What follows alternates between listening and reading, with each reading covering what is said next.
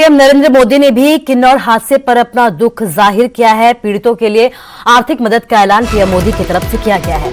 मृतकों के परिजनों को यहां पर 2-2 लाख रुपए देने का ऐलान किया गया है। घायलों को 50-50 हजार रुपए की आर्थिक मदद देने का ऐलान पीएम मोदी की तरफ से किया गया है। तो लगातार पीएम मोदी हो या फिर गृह मंत्री अमित शाह हो, लगातार हिमाचल सरकार के संपर्क में बने हुए हैं, हालातों का जायजा ले रहे हैं। इस बीच पीएम मोदी ने एक बार फिर से हादसे पर दुख जाहिर किया है और आर्थिक मदद देने का पुरजोर यहां पर ऐलान पीएम मोदी की तरफ से किया गया है। 2-2 लाख देने की घोषणा की गई है। मृतकों के परिवार वालों को, घायलों को भी 50-50 हजार रुपए की आर्थिक मदद देने की बात कही गई है।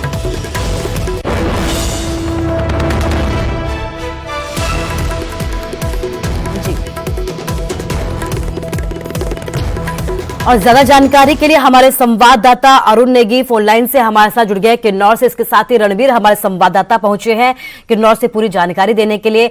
सबसे पहले अरुण से मैं जानना चाहूंगी कि लगातार अरुण वहां पर अपनी नजर बनाई हुई है अरुण, अभी तक की अगर पूरी अपडेट की बात की जाए तो क्या कुछ अपडेट है?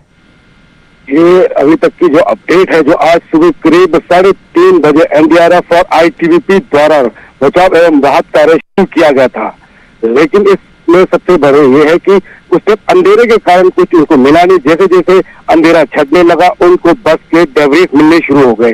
उसके बाद बचाव एवं राहत कार्य के दल ने 2 शव और निकाले हैं बस के मलबे से।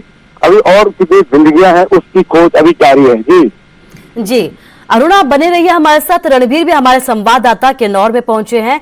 रणवीर, ये जानना चाहूंगी, आप वहां पर पहुंचे, पूरे हालातों को आपने देखा है, पूरी जो हादसा है उसकी तस्वीरें आपने वहां पर लाइव देखी है, पूरी जानकारी वहां से दीजिए। जी देखिए, जानकारी दूं, अभी किन्नौर तक जो है हम नहीं पहुंच पाए हैं। जो अभी तक की जो अपडेट है वो ये है कि जो मौत का आंकड़ा है वो लगातार बढ़ता जा रहा है। मुख्यमंत्री ने पिछले कल कहा था कि जो लोग लापता हैं कुल मिलाकर, जो जिनमें वो भी शामिल है जिनकी मृत्यु हुई है, जिन्हें जो है रेस्क्यू किया गया है, ये जो है कुल मिलाकर ये 50, अधिकतम 50 हो सकते हैं, 40 से 50 ये संख्या हो सकती है। तमाम जो है राहत और बचाव कार्य के दल वहां पर मौजूद है, आईटीबीपी के जवान मौजूद हैं, सेना की मदद ली गई है, एनडीआरएफ है, एसटीआरएफ है, होमगार्ड के जवान है, पुलिस के जवान है। तमाम जो राहत और बचाव कार्य है वो वहां पर पहुंचा। ये जानकारी जो है राज्य सरकार की तरफ से भी यहाँ पर दी गई है। मुख्यमंत्री को भी कल शाम निकलना था, लेकिन मौसम खराब होने की वजह से वो हादसे वाले स्थान पर नहीं पहुंच पाए। अभी ये जानकारी दी गई है कि 8 बजे जो है यहाँ से मुख्यमंत्री निकलेंगे, परिवहन मंत्री उनके साथ होंगे, ऐसा कहा गया है। लेकिन ये भी डिपेंड करेगा कि वो जो हेलीकॉप्टर है उड़ान भर पाएगा या नहीं, क्योंकि मौसम अभी खराब है। देखिए हादसा कितना भयानक है, तस्वीरें सबने देखी हैं। अब कोशिश ये की जा रही है कि कितनी जल्दी ये रेस्क्यू ऑपरेशन पूरा हो। संभावनाएं अभी भी तलाशी जा रही है कि जो लोग मलबे के नीचे दबे हैं उन्हें जो है वो जो है सुरक्षित हो, लेकिन संभावनाएं बहुत कम भी नजर आ रही है। और जैसा कि हमारे स्थानीय सहयोगी हैं अरुण नेगी, उन्होंने ये बताया कि जो बस है उसका मलबा जो है नजर आ रहा है। ये हम तक जानकारी पहुंची है कि जो सतलुज वो सड़क से जो है करीब आधा किलोमीटर नीचे वो सड़क वो बस जो है गिरी है। अब वहां तक जो है रेस्क्यू टीमें पहुंचेंगी। कितनी देर तक ये रेस्क्यू ऑपरेशन चलेगा अब ये जो है आने वाला वक्त ही बता पाएगा। और साथ के साथ ये जो मौसम है ये कितनी और परीक्षा लेगा, इसके बारे में भी अभी ज्यादा कुछ नहीं कहा जा सकता। लेकिन हाँ, जितना प्रशासनिक अमला वहां पर होना चाहिए वो जो है वहां पर मौजूद था। इतना जरूर है कि जो रेस्क्यू ऑपरेशन में देरी हुई है, पिछले कल हादसा जब हुआ उसके 4-5 घंटे तक जो है रेस्क्यू ऑपरेशन शुरू नहीं हो पाया। कुछ स्थानीय लोग हैं जिन लोगों के परिजन मलबे में दबे हुए हैं, उन लोगों ने सवाल भी उठाए थे कि क्यों ये देरी हो रही है।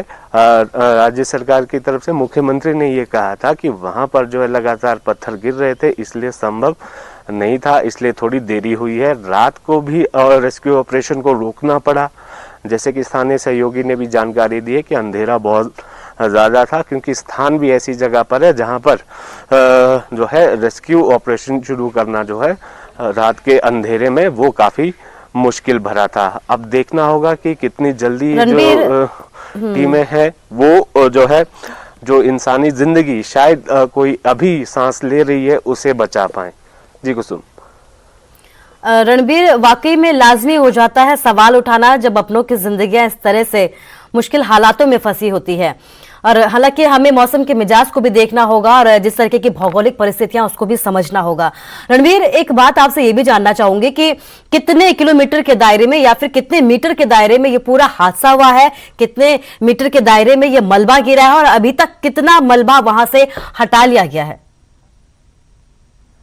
देखिए, हादसा जो है, हादसे की तस्वीरें जो है अपने आप में बयां कर रही हैं कि दायरा कितना बड़ा था और जिस तरह से वहां पर रेस्क्यू ऑपरेशन चल रहा है वो ये बताता है कि, और जिस तरह की रेस्क्यू ऑपरेशन के लिए जो टीमें लगी हुई है वो ये बता रही हैं कि मशक्कत कितनी पड़ रही है। एक एक जान जो है वो कीमती होती है, किस तरह से उन्हें बचाया जाना है उसको, उस लिहाज से तमाम जो सुविधाएं मौजूद हैं रेस्क्यू ऑपरेशन की, वो जो अमला मौजूद है उसे वहां पर जो है लगाया गया है। अब देखना होगा कि वहां पर कितनी जल्दी जो है ये रेस्क्यू ऑपरेशन पूरा होता है। कुसुम। जी रणबीर, बड़े स्तर पर वहां पर रेस्क्यू ऑपरेशन किया जा रहा है। बेहद टीमें वहां पर पहुंची है, चाहे वो एनडीआरएफ की टीम हो, चाहे वो एसडीआरएफ की टीम हो, चाहे वो माउंटेनियर हो या फिर होमगार्ड पुलिसकर्मी, सब अपने अपने तरीके से वहां पर जिंदगियों को बचाने की कोशिश कर रहे हैं। लेकिन इस बीच में आपसे ये जानना चाहूंगी कि जिन लोगों को वहां से अभी रेस्क्यू कर लिया गया है उनकी स्थिति कैसी बनी हुई है? जी, अभी तक तो ये बताया गया कि 2 लोग जो है काफी गंभीर बताए गए थे, लेकिन बाकी जो है वो उनके बारे में ये कहा गया है कि वो जो है उनकी हालत जो है स्थिर बताई गई है। जी कुसुम।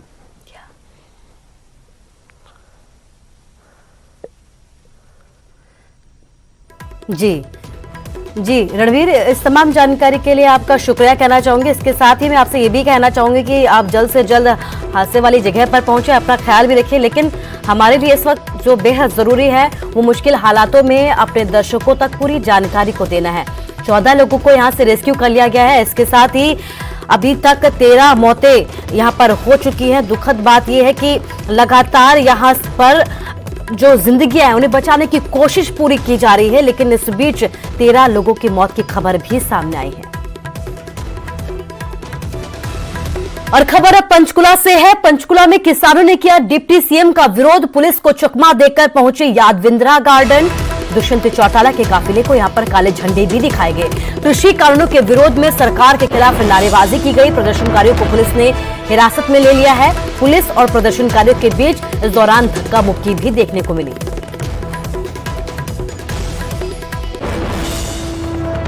की बात है कि हमारा जो रूरल लाइवलीहुड मिशन है उसने प्रदेश स्तर का तमाम हमारे सेल्फ हेल्प ग्रुप्स की महिलाओं को लाकर आज पिंजौर की इस पावन धरा पर ये तीज महोत्सव बनवाया। और इसके साथ साथ केवल मात्र प्रदेश भर का नहीं, इसी पैटर्न को तमाम ब्लॉक पे ले जाकर वहाँ भी तीज को रिवाइव करने का काम किया। झूले लगाए गए, मेहंदी लगवाई गई। उसके साथ साथ जो हमारे आर्टिशियन हैं, जो लोग कला को आज भी जिंदा रख रहे हैं, उनको प्रोत्साहित किया गया। बहुत खुशी की बात है कि पिछले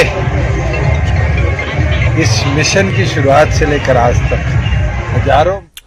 खबर हिमाचल प्रदेश से है। हिमाचल प्रदेश के विधानसभा के मानसून सत्र के 8वें दिन भी सदन में जबरदस्त तरीके से हंगामा देखने को मिला है।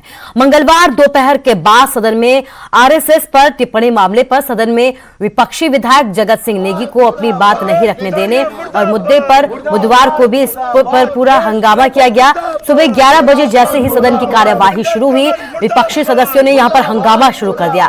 प्रश्नकाल शुरू होने के पहले ही कांग्रेसी विधायकों ने सत्ता पक्ष को घेरने की पूरी कोशिश की। विपक्ष की नारेबाजी से नाराज सत्ता पक्ष ने भी नारेबाजी शुरू कर दी। वन मंत्री राकेश पठानिया और पंचायती राज मंत्री वीरेंद्र कंवर के साथ साथ पूरी सरकार के खिलाफ यहां पर नारेबाजी की गई है। सदन में विपक्षी सदस्यों को अपनी बात रखने देने का नहीं रखने देने का भी आरोप लगाते हुए सभी कांग्रेसी विधायक नारेबाजी करते हुए वेल में चले गए। वेल में नारेबाजी करते हुए विपक्षी सदस्यों ने सदन के बीच में चले गए और इसके बाद सत्ता पक्ष के सामने नारेबाजी शुरू कर दी। आधे घंटे से ज्यादा वक्त तक ये पूरा हंगामेदार दौर चलता रहा और उसके बाद विपक्षी सदस्यों ने नारेबाजी करते हुए सदन से वॉकआउट ही कर दिया।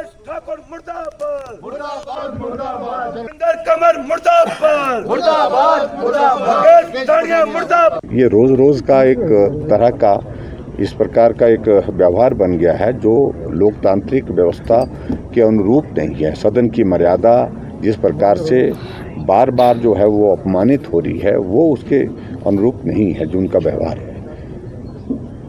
सदन में नोकझोंक होती है स्वाभाविक रूप से, तर्क वितर्क होना कोई भी बुरी बात नहीं, लेकिन इस प्रकार से कि हर रोज 2-2 बार 3-3 बार सदन से वॉकआउट करना और बिना वजह के बिना किसी गंभीर विषय के इस प्रकार से और धमकियां देना और जिस प्रकार से आसन का विधानसभा के सम्माननीय अध्यक्ष के बारे में वहाँ आसन के पास जाकर के नारे लगाना और टिप्पणी करना और टिप्पणी करने के साथ साथ में आज तो कुछ सदस्यों ने यहाँ तक के विधानसभा के सम्माननीय अध्यक्ष के खिलाफ भी नारे लगाए जिसकी हम कड़ी निंदा करते हैं।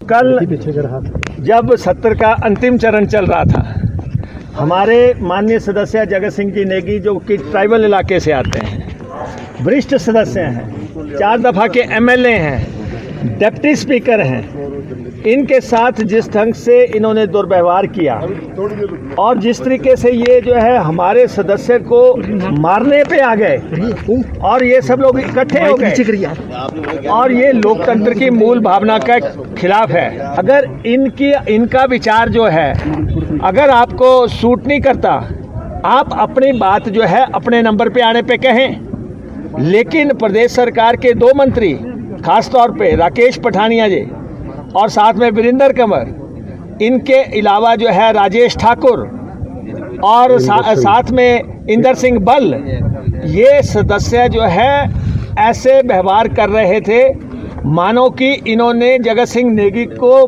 अंदर सदन में मार के फेंक देना है। और अब बात कोरोना और उसकी जानकारी से जुड़ी हुई करते हैं। क्या सैनिटाइजर हानिकारक है? क्या टीके आपके डीएनए को संशोधित करते हैं? क्या टीकाकरण आपको कोविड-19 से संक्रमित कर सकता है? क्या ये सब सवाल आपके मन में भी है? खैर, अब इन सभी सवालों के जवाब आपको एक जगह मिल पाएंगे और ये सब आपको आपके फोन पर मिलेंगे। नेटवर्क 18 और फेडरल बैंक के राष्ट्रव्यापी वैक्सीन जागरूकता अभियान के तहत कोविड-19 के खिलाफ Sanjeevani shot of life Sanjeevani WhatsApp helpline शुरू की गई है। आपको बस 7977773753 नंबर पर व्हाट्सएप करना है और आपको अपने प्रश्नों के उत्तर प्राप्त हो जाएंगे। जानकारी जिसे जांच किया गया है और क्रॉस चेक किया गया है, तो आगे बढ़े और कोविड-19 पर अपने सभी प्रश्नों को व्हाट्सएप करें और अपनी जरूरत की सभी जानकारियों को प्राप्त करें। संख्या आपको एक बार फिर से बता देते हैं नंबर की 7977773753।